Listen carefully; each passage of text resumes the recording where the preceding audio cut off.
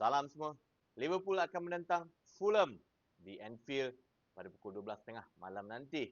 Fun fact, our last 3 meetings menentang Fulham, kita tak pernah menang pun dengan diorang. Last time kita jumpa di Anfield, kita seri 2-2. By the way, points Fulham dengan Liverpool cuma beza 5 mata saja. Dekat tu. Untuk pasukan Fulham yang dikendalikan oleh coach mereka, Marco Silva, adalah satu pasukan yang agak tricky untuk kita.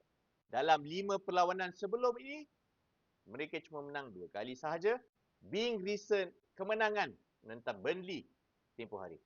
Untuk injury news pasukan Fulham, kabarnya Kevin Bassey pun match fit pasal hari tu dia tak main untuk Nigeria masa international break. Maknanya dia akan bermainlah menentang kita nanti. Tetapi untuk aku, satu saja player to watch dari pasukan Fulham ni. Ex-player kita, Harry Wilson, yang boleh assist dan skor spectacular goals untuk Fulham. Season ini saja 10 goals dan 6 assist. So harapnya kita boleh contain lah Harry Wilson untuk perlawanan ini. Untuk pasukan Liverpool pula, Arne Slot mengatakan yang Joe Gomez dan Jeremy Frimpong dah bermain 90 minit menentang PSG hari itu. So kemungkinan direhatkan dalam perlawanan ini. Again, our biggest loss is Alisson masih out. Kabarnya dia tengah rushing to match fit. Tapi aku tak rasa dia akan sempatlah untuk main menentang Fulham ni atau PSG. Telah main dengan 5 defend hari tu menentang PSG. Aku tak rasa dia akan main 5 defend lah lagi lawan Fulham ni. Kalau dia main 5 defend, memang nak kena pelekuk lah kan.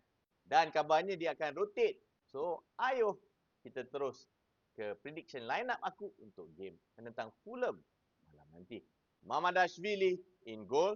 Dengan news Jeremy Frimpong dan Joe Gomez direhatkan, aku rasa Dominic Szoboszlai akan main di right back. Di bahagian tengah pertahanan, Ibu Konate akan start bersama Captain Virgil van Dijk. Di bahagian left back, our vice captain Andy Robertson akan start. Di bahagian pivot, Ryan Gravenberch akan bermain bersama Curtis Jones. Setelah menjadi an unused sub menentang PSG hari itu, Mo Salah guarantee start hari ini. Di bahagian central attacking, Florian Wirtz. Di left wing, aku akan start Rio Ngumoha. Dan striker kita, tak lain tak bukan. Korang rasa macam mana? Boleh tak kita mendapat result menentang Fulham malam nanti?